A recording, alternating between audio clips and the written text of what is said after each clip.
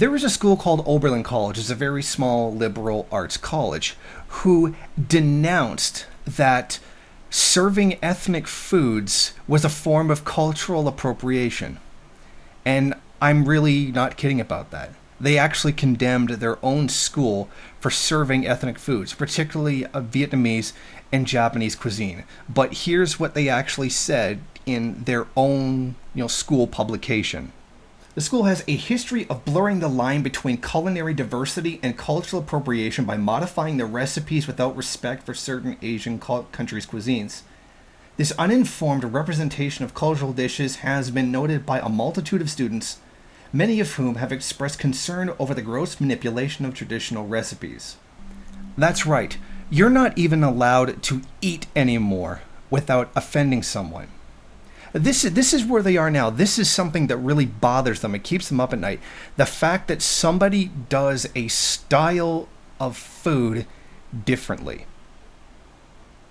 Now, you know when you go into a Chinese restaurant and you order the deep fried chicken wings, you order, a multitude of, different dishes. This isn't what Chinese people actually eat.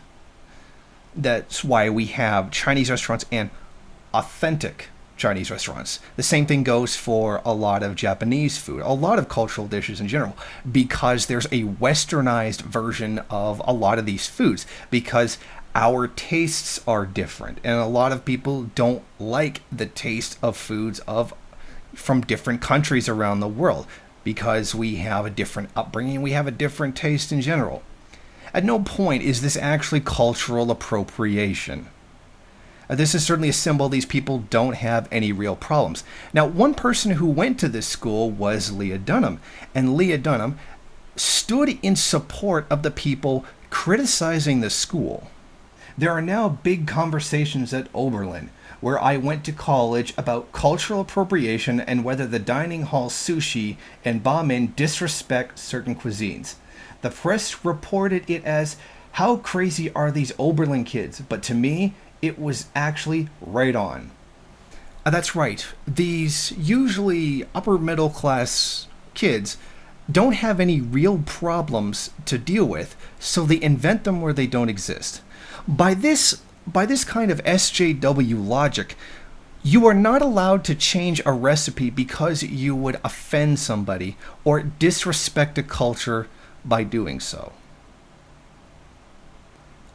I can't think of anything more absurd.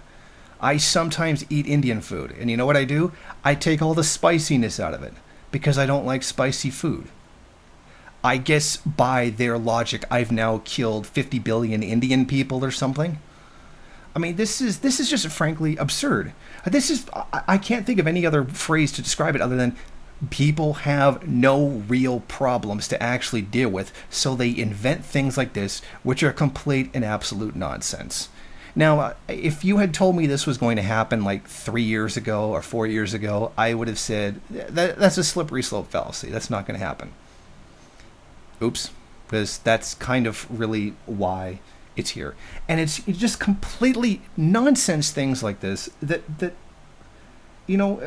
make me want to hurt myself. And to think that people like this are supposed to have, revolutionary potential because of the oppression that they face, it's just absolutely nonsense. Thank you for watching. Won't you go ahead, rate, comment, subscribe, and share on various social media. And if you want, you can head over to my Patreon page and show your support. Or you could head over to the MRN bookstore and check out some of the latest books available.